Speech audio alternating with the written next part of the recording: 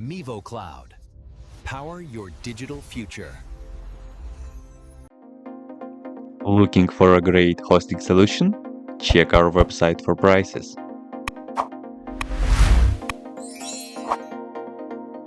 First, what you need to do is to update the server packages.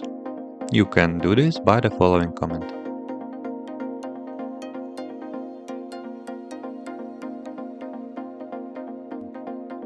We'll start by downloading the Nessus installer directly. Run the next command. Once the download is complete, use the following command to begin the installation. Since this requires administrative privileges, run with sudo. Next, use the following command to manage the Nessus services. Verify the server status with the following command.